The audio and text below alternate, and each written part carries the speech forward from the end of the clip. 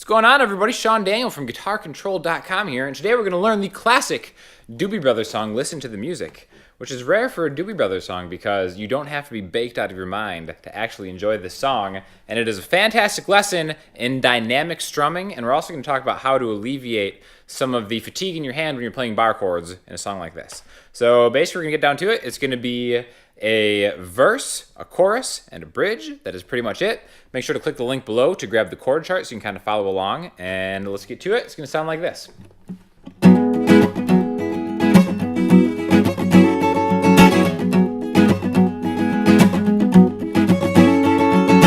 So it definitely sounds kind of busy, but it's a technique that we're going to use with your strumming hand, so for most people the right hand, to kind of always be in constant motion that is going to allow us to play dynamically the way that they're playing it on this track, right?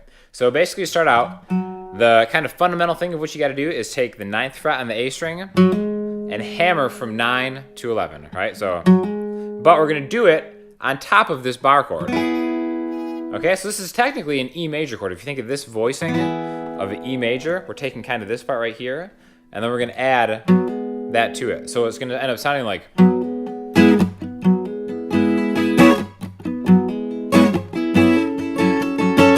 And then we're going to add one more chord, and then we're going to talk about the strumming, right? So first we have this kind of hammer on 9 to 11, and then the second chord we're going to have is this.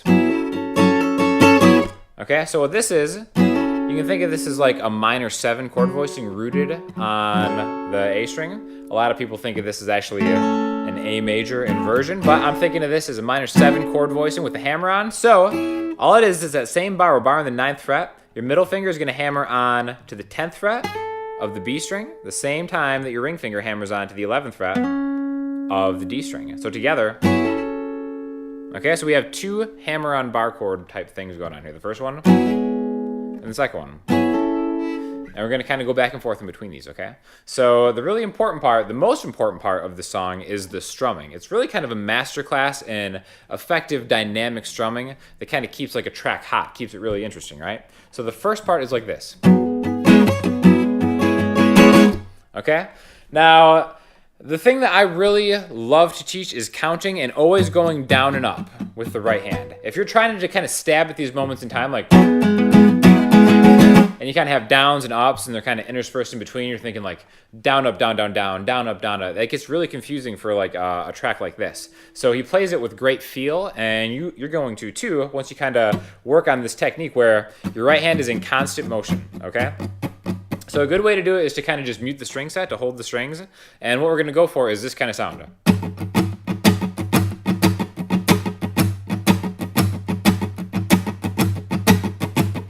So slowing it down, what we have accents. My hand, the direction of my pick is never, ever changing. It's always going just down and up. So fundamentally, it's just going down and up in time. Absolutely anybody at any skill level in guitar can do this. Just go down and up in time, no matter how slow or how fast you can do it. Super important for your playing, right? So what we're going to do is we're going to learn how to do this. Okay? And it kind of comes in counting in threes, right? So if we're going to count 1 and 2 and, right? So what we talked about before are counting the downbeats. 1 and 2 and 3 and 4 and. Once you can start breaking them up into threes, groups of threes, your strumming is going to improve immensely. So we're going to have 1 and 2 and 3 and 4 and 1 and 2 and 3 and 4 and. So the accents at the beginning are coming in every third beat. So the downstroke of the 1 is going to be accented, which means it's a little harder. Then you're going to in time go the and of 1 and 2, and the next accent is going to be the upstroke on the and of 2. 1 and 2 and 3 and 4 and 1 and 2 and 3 and 4 and. Okay? So it can be kind of tricky at first counting this way, but it'll be so valuable to you later on. So if we kind of like chart out like 2 bars of 4, 1 and 2 and 3 and 4 and 1 and 2 and 3 and 4 and, we're going to stack the accents on the 1 and 2 and the and of 2. 1 and 2 and 3 and 4. The next one's gonna be on the 4. All right, so the next one is gonna be on the and of 1. So 1 and 2 and 3 and 4 and 1 and 2 and 3 and 4 and.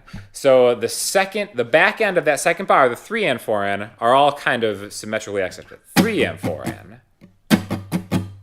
So the best way to do it is just to mute it until you can get this sound. 1 and 2 and 3 and 4 and 1 and 2 and 3 and 4 and. Now it can be a lot harder to count, so just try to go for the sound. Listen to that sound. Listen to the music.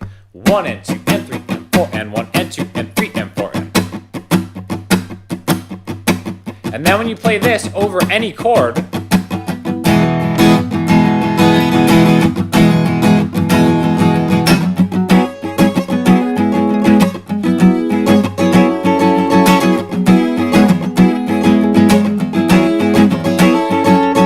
then all of a sudden it sounds like the song. So this is a strumming pattern you gotta get, right? But basically we're gonna apply that strumming pattern to almost every single chord we're gonna use in this song. We're gonna start again on this hammer-on, 9 to 11. So that's that whole pattern through. 1 and 2 and 3 and 4 and 1 and 2 and 3 and 4 and. Okay? And we're gonna do it again. But the second time, we're gonna switch chords. So we have that first hammer-on the A string. And then the second one is that minor 7 hammer-on, rooted also on the A string. 1 and 2 and 3 and 4 and 1 and 2 and 3 and 4 and 1 and 2 and 3 and 4 and 1 and 2 and 3 and 4 and. Okay? So that's the intro, and it also serves as the first part of the verse. You can think of that as two parts. I'm kind of thinking it as just one part that gets extended into the verse, right? Basically, the next place we're going is in the same area. And that's another good lesson in kind of inversions. The first 3 chords in the song are all in this one position. The first one is this major chord. The second one is this minor 7, and the next one is this minor chord. This is going to be a C sharp minor chord. So rooted on 9E, 11A, 11D, and then if you can bar the 9th fret on the bottom, go for it. Same thing. We're going to walk that 2 frets backwards into a major chord, a B major. Back 2 frets again to an A major.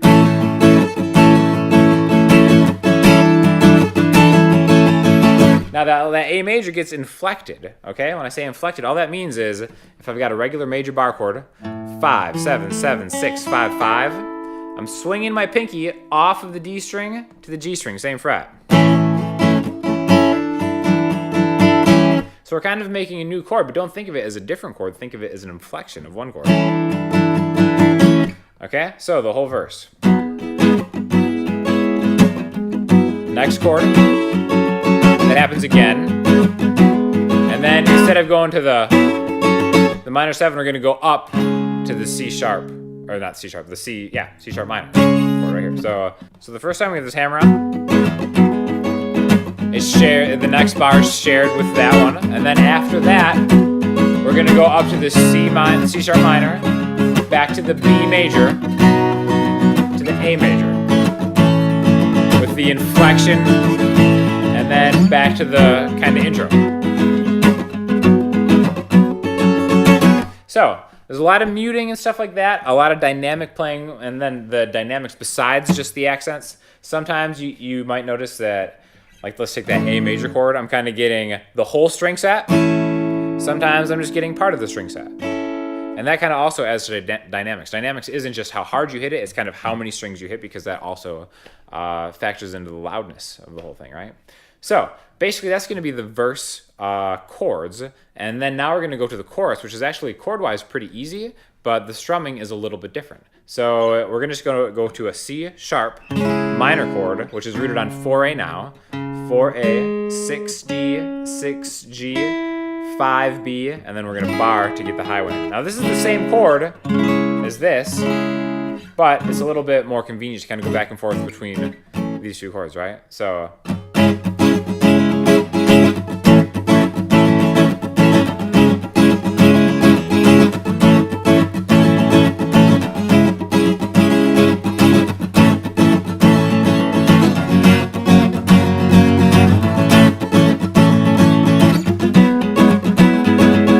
So you might notice that strumming has changed a little bit, even though it's the same chords.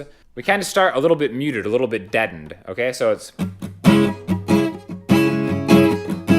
Now, if you'll notice, it's the same thing. I'm just going down and up over and over again, but I'm kind of controlling the pressure with my left hand.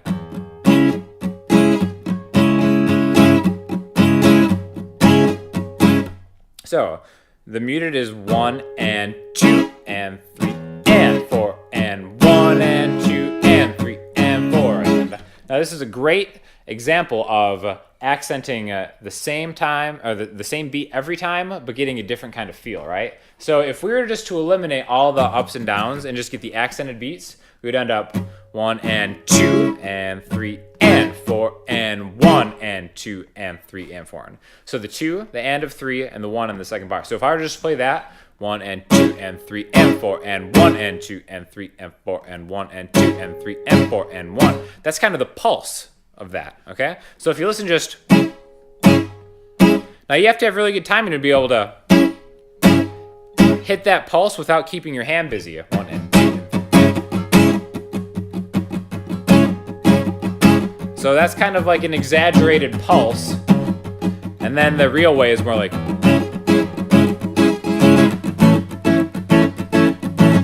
just back and forth between the C sharp and the A. And then after that a few times, you go to F sharp, so a major chord rooted on the 2nd fret. Back to the verse.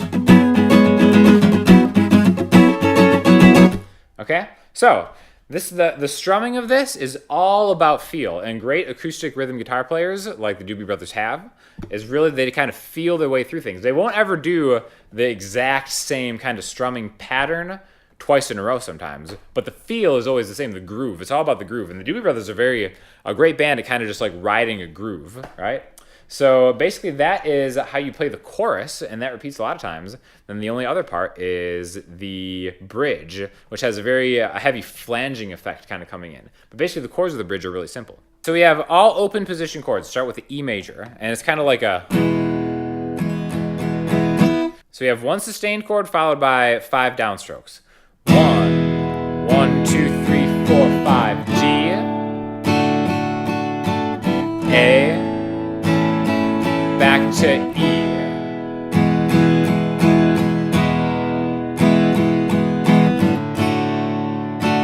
The second time through, A.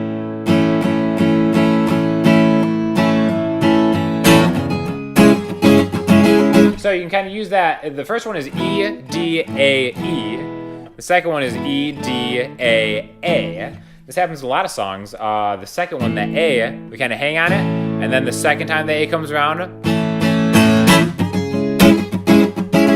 so you can kind of dynamically build that up into the chorus, which you're back into that same different strumming pattern, but it's the same movement of down and up. So I can't stress this enough. And any song you're playing, try to kind of just always be moving down and up. Even if it's not a busy pattern like this, have your wrist moving down and up and just selectively hit the ones you're looking for. I can't stress how important that is to becoming a really great rhythm player, right? So basically after that, you just kind of go out on the chorus, and it's a beautiful fade out, as was the case back in the day.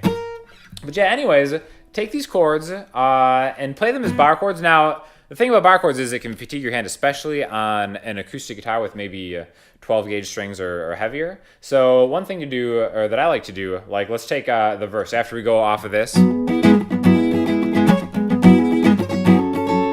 Once we get to the C sharp minor, to the B, to the A, these are good opportunities where you have full bar chords here to kind of play maybe just the middle 4 strings. So instead of barring anything, like on this B major, instead of going 7, 9, 9, 8, 7, 7, I'm kind of taking some of that pressure off of my bar finger by going 9, 9, 8, 7. Which isn't so much different from... So, it's just a good way to kind of like cheat some of these bar chords to make them a little bit easier, because playing an entire song in bar chords like this can be pretty fatiguing no matter how strong your hands are, depending on like the thickness and stuff of your acoustic guitar strings, right? So definitely make sure to click that link to get the chord chart. Hit the like button, hit the subscribe button. If you have any questions or feedback, positive or negative, we would love to hear what you have to say, or any requests for different things you have to learn. And until then, I will see you next time.